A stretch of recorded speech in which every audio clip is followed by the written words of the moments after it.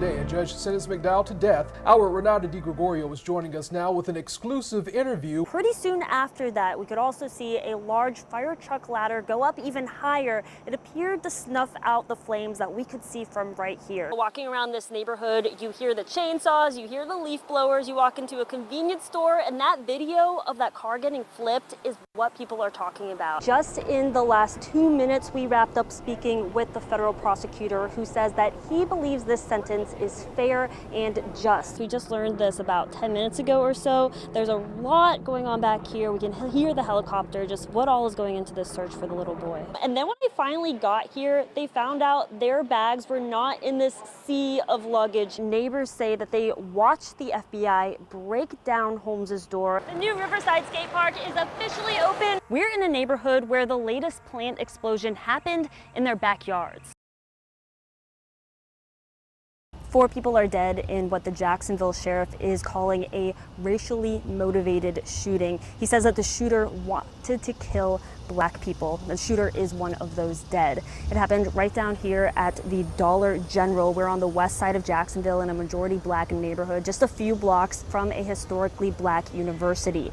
The sheriff says that a white man in his 20s walked into a Dollar General in tactical gear with an assault rifle and a handgun and shot 2 men and 1 woman, all Black people. He says they don't know if the targets were specific people, but the sheriff says that any Black person was in danger. The mayor tells us his gun had a swastika on it. The shooter, who they have not officially identified, wrote 3 manifestos for his parents, the media, and law enforcement, according to the sheriff. He says the shooter lived in neighboring Clay County with his parents and texted his father just after 1 p.m. to check his computer. His parents called the police, but it was too late. Dozens of people from the neighborhood have been out here at the scene all day, and they are angry. There have been multiple prayer circles, and people say that they will support each other during this time. Here in Jacksonville, this is also the 5-year anniversary of a shooting that killed 2 people and injured 11 in downtown at a video game tournament. Back to you.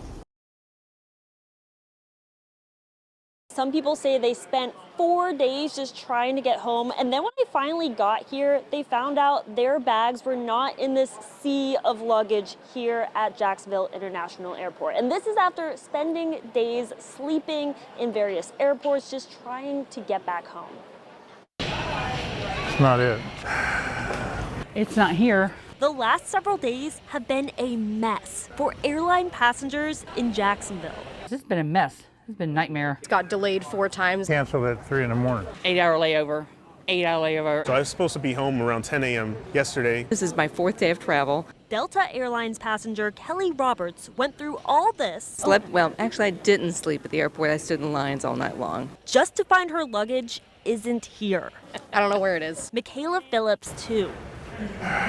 Steve and Dawn Lazar were supposed to get back home days ago. 18 hours in an airport? Which airport was that? Now, Like an Easter egg hunt. There's a lot of bags everywhere, and I don't know which one will be mine. Oh my goodness. it's not just Delta passengers going through this. Yeah, my credit card took a little bit of a hit because, you know, a soda is $4.89. Delta Airlines says customers can submit a claim for lost baggage and request reimbursement for hotel, meal, and ground transportation expenses. U.S. Secretary of Transportation Pete Buttigieg says hundreds of complaints have been filed with the Department of Transportation. It's a big oversight, what happened. Oh, you got it? Good. This is this is relief. I've been reunified. Yay! Victory is mine. Taking any victory, even those without their bags, are just glad to be home. And I'm going home. It was an adventure, to say the least. An airport spokesperson says from Friday to this morning, there were more than 80 cancellations total. He encourages you to check your flight status before you head to the airport and says it's up to the airlines to deal with all of these bags. Live at JIA, Renata Di Gregorio, First Coast News, on your side.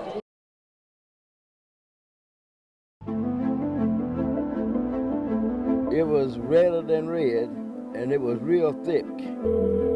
911, where's your emergency? The cargo ship just flipped over in the channel. Nearly 100 homes in Glenn County are still evacuated. They didn't give us any information. distribution. Profit and destroy. Marshes, beaches, and live oaks cover Glynn County, Georgia. But just as much a fixture of the landscape, the county's numerous industrial facilities.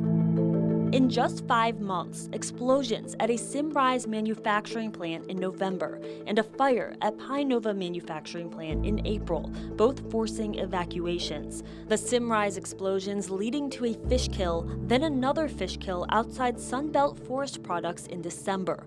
All this following the capsizing of the Golden Ray cargo ship in the St. Simon Sound in 2019, carrying 4,300 vehicles, which caught fire multiple times and leaked huge quantities of oil and other industrial fluids.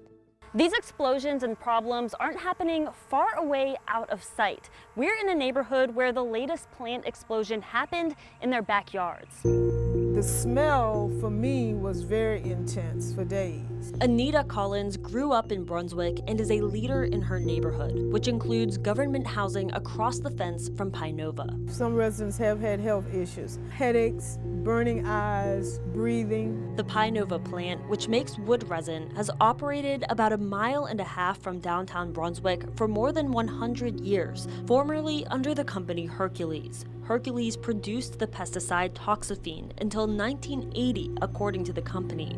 Toxaphene is now classified by the Environmental Protection Agency as a probable human carcinogen. Think about how many individuals have grown up with that plant being right where it is. First Coast News questioned Georgia's Environmental Protection Division about the plume of smoke from the Pine Nova fire.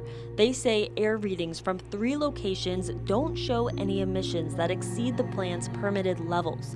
The county of 85,000 people is also home to 4 federal toxic waste sites. That toxic legacy prompted a study by Emory University, screening residents for the presence of chemicals like mercury and PCBs, which were dumped in the area by local industries for decades. There seems to be a lack of oversight and a lack of strict enforcement. Environmental advocates like Maggie Van Cantford with Altamaha Riverkeeper say companies do not face proportionate repercussions. One example they give, the 2-year cleanup of the Golden Ray cost $1 billion. The ship's owner, Hyundai Glovis, was penalized $3 million.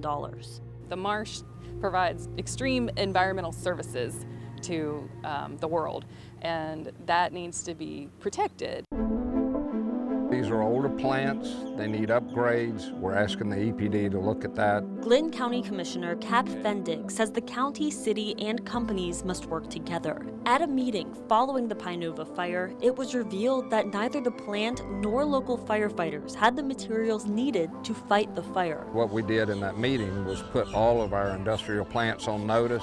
Number one, they're going to have to make arrangements to store foam on site that's appropriate to the type of chemicals that they're messing with.